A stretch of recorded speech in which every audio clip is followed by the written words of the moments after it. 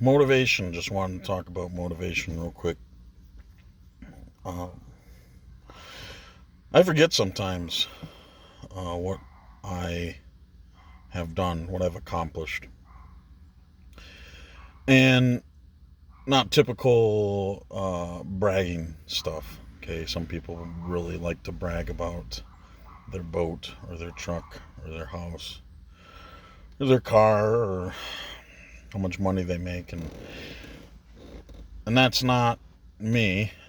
I'm not going to brag about that stuff. I'm happy if I am able to attain some of those things, but it certainly is never the highlight for me because there are things that are more rewarding than possessions or your financial uh, place, and you can have all those things but still not really have accomplished anything that has worth inside of yourself.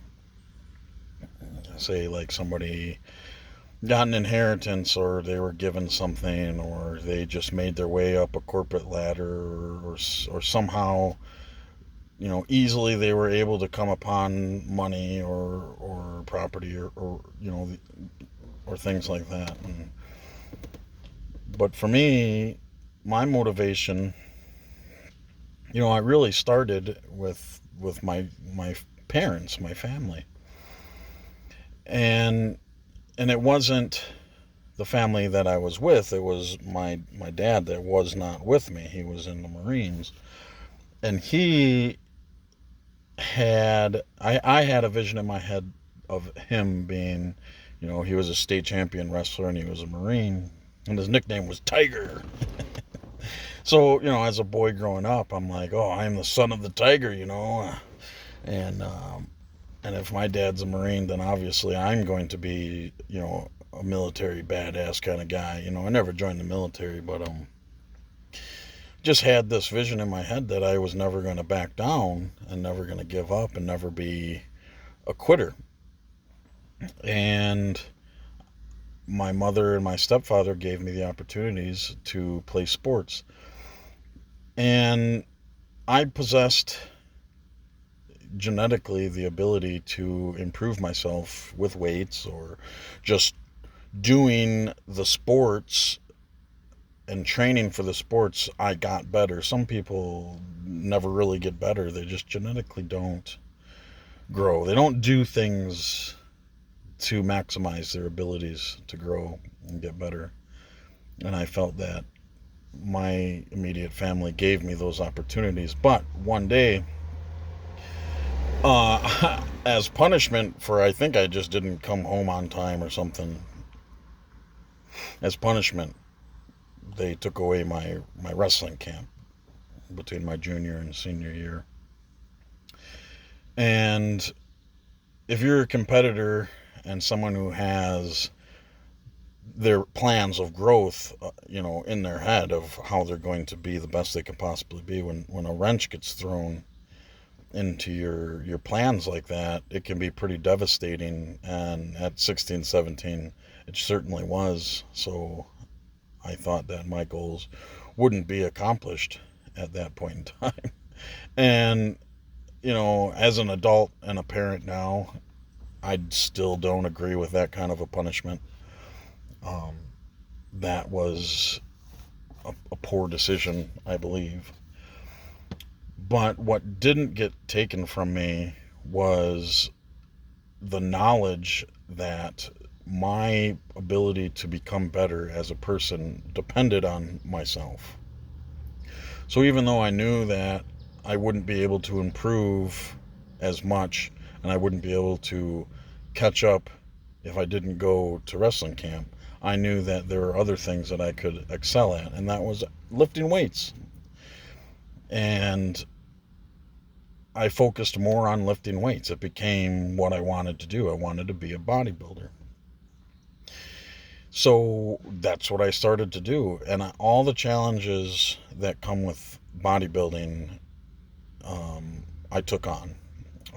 Not, from having a job that didn't pay me enough money to buy enough food, or pay for my gym membership or my proteins and my supplements. And my motivation at work to make more money uh, was for that. Like, I wanted to have enough food so that I could grow, because I studied the game and it was going to require me to buy some things, some food, and some supplements, and keep going. And I was successful at that. I said, well, I'm going to be a bricklayer. I became a bricklayer. I said, well, I'm going to make the most amount of money I can as a bricklayer. I did that. Now I can buy what I need so that I can support my body in a way that will uh, stand up to the exercising that I'm going to be doing.